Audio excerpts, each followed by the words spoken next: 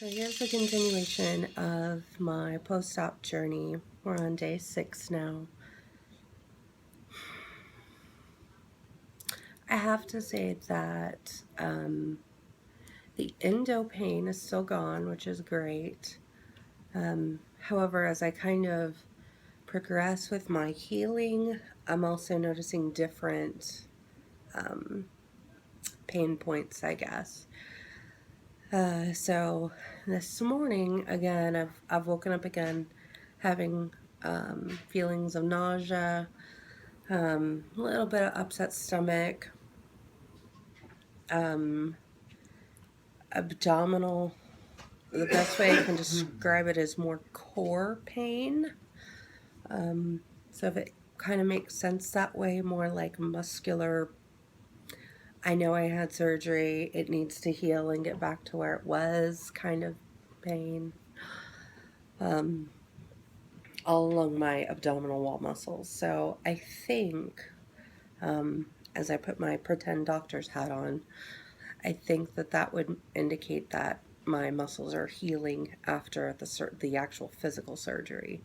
I did have a couple instances of like some sharp shooting pain. However, it was like sharp shooting pain and then it dissipated. Kind of caught me off guard the couple of times that it happened. So again, that could be attributed to those muscles just healing. Or maybe I've just been up more than I realize. I don't know. So for the last half of today, or the majority, let me rephrase that. For the majority of today, I did try to rest as much as I could. I even went and lay down in the bed for a couple hours and out here on the couch. Luckily, our couches have recliners on the end, and so when they're reclined, you can kind of lay almost flat. So I was actually able to spend time with my family, which was lovely, but obviously still in kind of that horizontal position. No fever. My throat does not hurt, even though my voice still seems a little hoarse, but I do have a little bit of a cough too, so I'm thinking I might just have some mucus buildup in there or something. I don't know.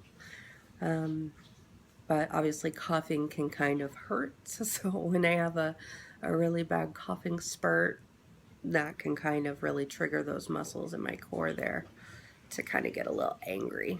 I was kind of hoping that I'd be able to put off taking my pain pills today, but I wasn't able to do it. So I did take one before lunch, and then I took one right after dinner. I was kind of hoping I could get through after dinner and not have to take one, and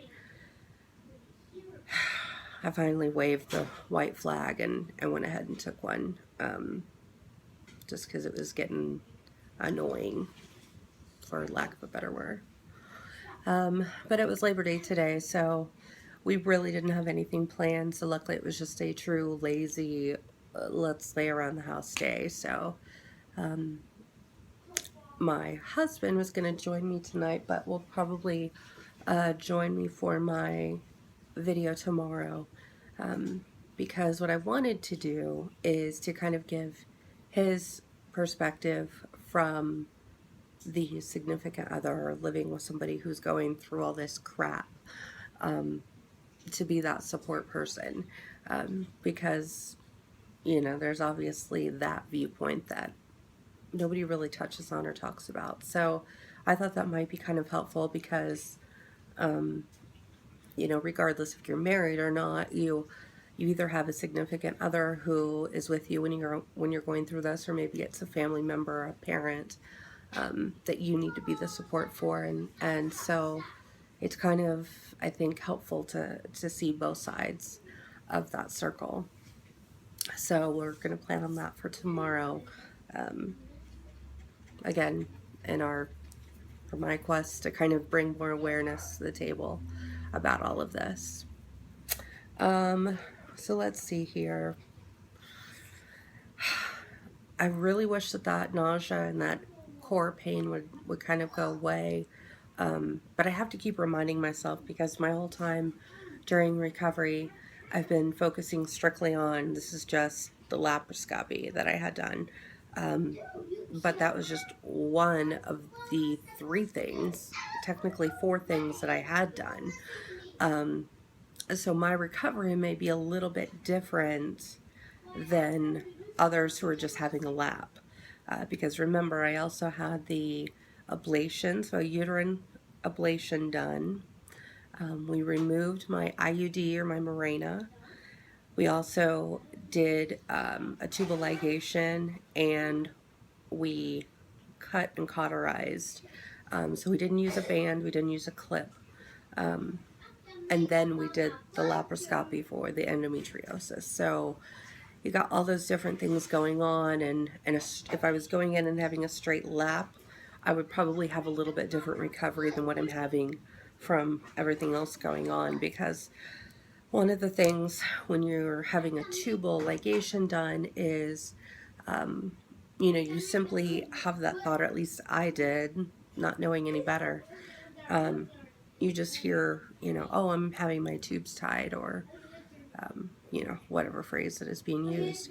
But there's a lot of hormonal changes that go along with that, that aren't truly discussed. And then, of course, with the uterine ablation, that is the cauterizing of my uterine lining. So, again, a little bit different in the healing process of that, compared to a straight laparoscopy. So, obviously everybody heals differently, everybody's surgeries are a little bit different. So I don't want you guys to kind of, if you're following my journey, following along, and maybe you're going to have a lap or you've had one previously or a couple, um, thinking that mine is completely different, because it is completely different. Everybody's is going to be different. We're all different people. We all heal differently. And then, of course, it depends on your situation. And then, of course, with the endometriosis, you also have how intense or how bad the endo can be. You can get up to a stage 4 of endometriosis and really have it completely take over your inner organs and everything. So there's different levels of the complexity that goes along with that. But this whole process is, again, more for me to document kind of what's going on, because this may or may not be my only laparoscopy.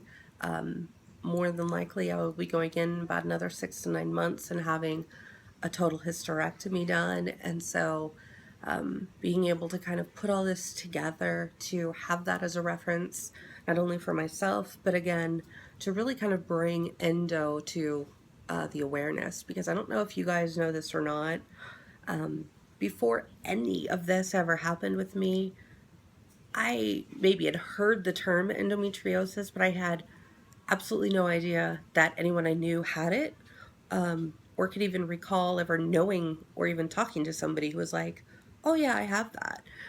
It was just like this underlying thing nobody really discussed. And so when I would start sharing some of my symptoms or what I was going through or what I thought it might be in the very beginning stages of all of this, you wouldn't believe I posted about it on social media a couple of times, and I would get like this influx of messages and emails, people saying that they've been going through the same thing.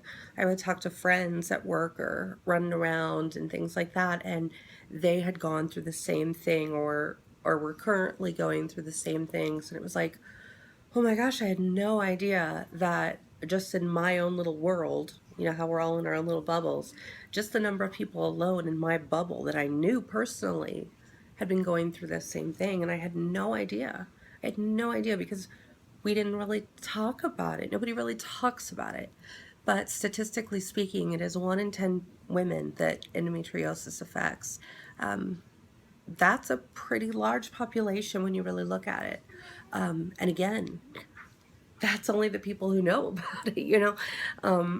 A lot of women suffer through this for years and never end up with that diagnosis, and just always are left feeling like, oh, this just must be me, or this is just how it is. So it is a very alone feeling. It makes you feel very vulnerable and emotional when you think about it like that. So that's the whole purpose of kind of going through these stages and kind of discussing and talking more about it. Um, but anyway, back to me. Yeah, so that's today. I'm just a little discouraged with how I've been feeling today because even though I know I'm progressing, because I wasn't feeling that great, I actually almost felt like I was regressing. And so that kind of bummed me out a little bit, but so emotional. It's still hard too. Um, so anyway, here's day 6 in the books. I'm gonna hope for a good day 7, and like I said, follow along. Make sure you're subscribing. Tomorrow we're gonna get it from the other's perspective as well, so look forward to seeing that. Now it's time to get little Miss in bath and bed because she has school to go back to tomorrow. So again, thanks for following along.